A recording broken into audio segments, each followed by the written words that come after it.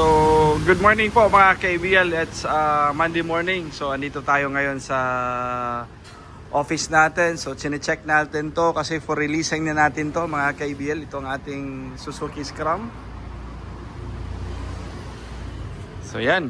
Pakita natin muna. So, yan po.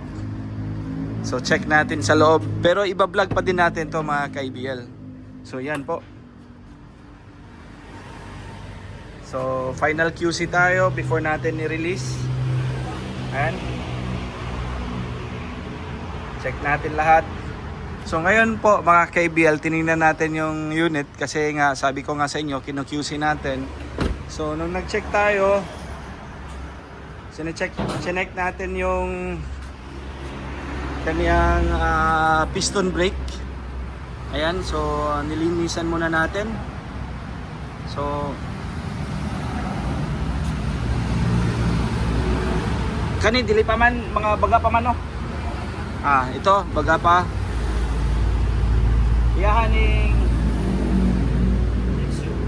iyang brake shoe. Sa brake shoe niya baga pa. Ayan, so ninilisan natin. Kaya nga sabi ko sa inyo mga KBL, talaga tayo dito is complete recall unit tayo. So, chinek natin yung piston niya, yung rubber cap niya. Ayan.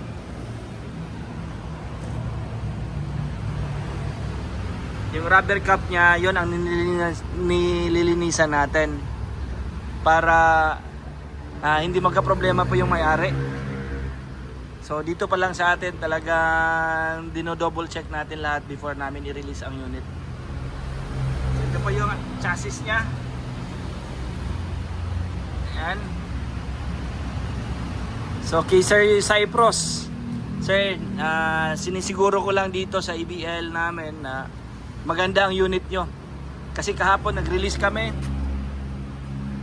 papuntang Chateau Negros. Ang ganda daw ng performance ng unit niya.